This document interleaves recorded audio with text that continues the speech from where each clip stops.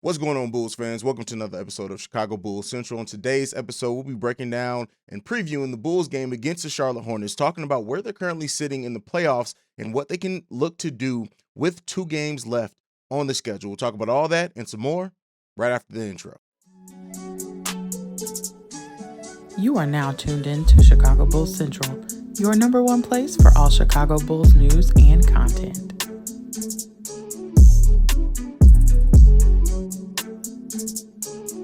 All right, Bulls fans, we're in the final 2 games of the season. We got the Hornets tonight, and then we have the Minnesota Timberwolves coming in town, or I think we're going to Minnesota on Sunday.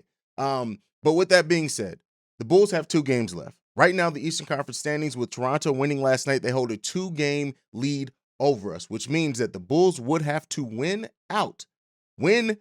both their remaining games for even a chance to move up. Now, you may ask, do we even want to see the Bulls move up? Some people don't care because a lot of Bulls fans are really down right now. Rightfully so, right? I want to make it clear that it's rightfully so, and they don't expect much from the Chicago Bulls. I understand that wholeheartedly. Right now, the way that the standings work out, we would face Boston in that first round, with Boston being the current 3 seed, and it would be Toronto and Philly in the first round as the 4 and 5 seed. So those are the matchups that we would have for sure. Everything else comes in via play-in. We'll see what goes on during that play-in tournament. But the Bulls, listen here, the Bulls have to get something together. They have to play better. Hopefully we see something from this team that can lift up our spirits a little bit. Now, I know there were some of you in the comments of the last video saying that, hey, listen, while it's not likely, I do hope and think that the Chicago Bulls can get it together and maybe show us something in the playoffs. All I'm going to say to this is, hey, I hope you guys are right. Right now, the way that the team's been playing, it's really hard for me to really bet on the Chicago Bulls, bringing it together. It's just been a down second part of the season. The Bulls just don't look engaged. They don't look locked in. They don't look like a team that wants or takes pride in the fact that they're out there on the court, or that they're a playoff team. Now, that could change, right? The bright lights could turn on.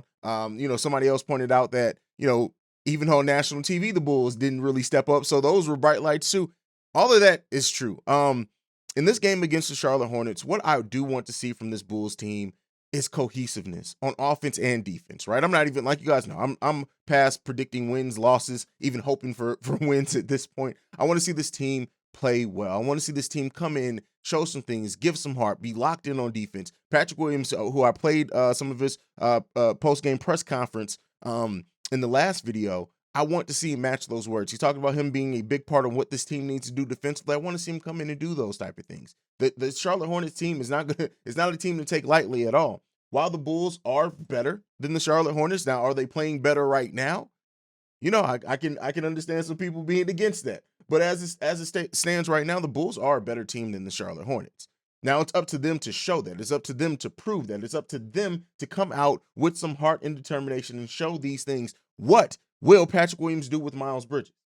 That's the big question. Miles Bridges averaging over 20 points per game, 7 rebounds, almost 4 assists per game. He is having a great season with a PER of 18. What does Patrick Williams come in and what can he do? I would at least expect Patrick Williams to be the one to pick up that assignment.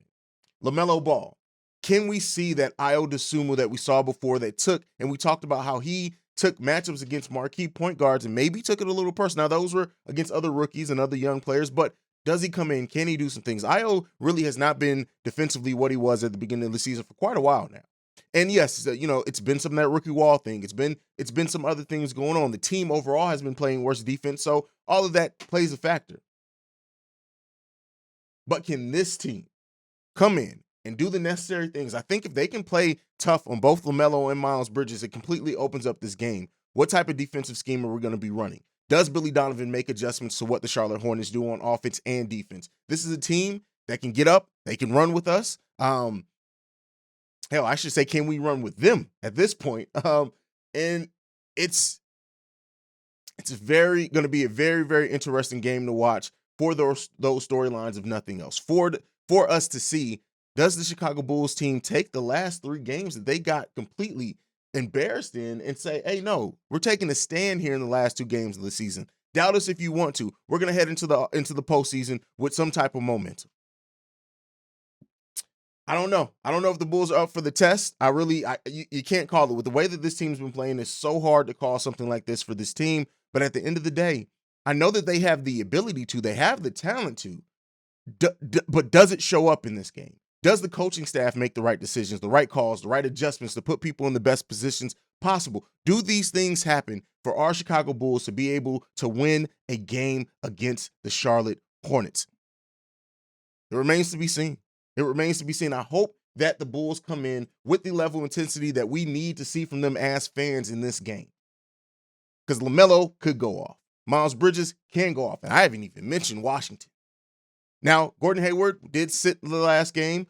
So does he play tonight? I guess it remains to be seen. Looking at the injury report, he is listed at, let me give it a second to pull up. So it's still listed as out right now, but it doesn't look like it's been updated since yesterday for right now. So still listed as out as of right now. But again, Gordon Hayward's the type of player that the Bulls will let have a big game when they do good defensive things against the other players. So we need to see the Bulls be locked in defensively.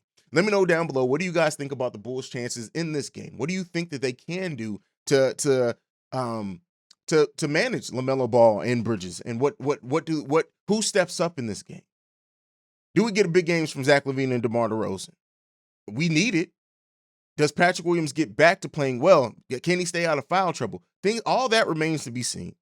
And I hope the Bulls answer that test and answer some more questions leading into the final two games of this season. Now, playoff standings right now, the Bulls, as I said, will be facing the Boston Celtics as everything stands right now. Now, as we know, with the Eastern Conference being as tight as it is, all that can change. Right now, Miami Heat is the only team locked into their play. They have locked in that number one seed. So they will be the number one seed in the Eastern Conference playoffs. That's locked in.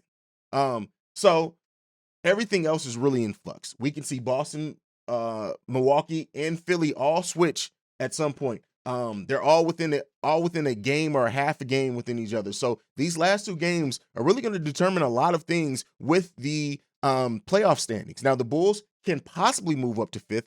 I don't think that that's very likely with the way Toronto's playing. They are on a 2-game winning streak where we're on a 3-game losing streak, but anything is possible. The Bulls, they don't control their own seeding. They don't control, they haven't earned the right to do that. Because we would have to win our remaining 2 games and the Raptors would have to lose their remaining 2 games because we own the tiebreaker over them. But at this point, does it even matter?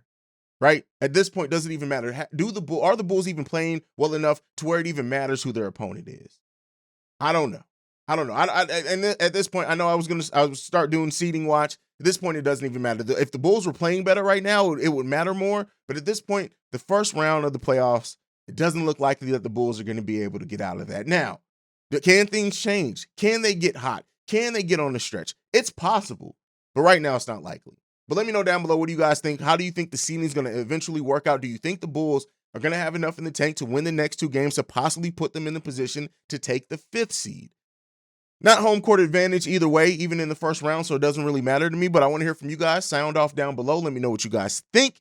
Also, for the podcast listeners, you can send an email. I'll get into that now. You can follow the podcast because we're closing. You can follow the podcast at Bull Central Pod. You can send us any feedback, questions, comments, concerns, bullcentralpod@gmail.com. And then lastly, if you want to leave a text or voicemail, tomorrow's episode, the Saturday morning episode, is going to be all voicemails. Well, mainly built around voicemails. We got a couple already, a couple of lengthy ones at that. The number for that is 773-270-2799. That's been it. We got a game tonight. I will see you guys for the pregame, halftime hangout, and post-game shows.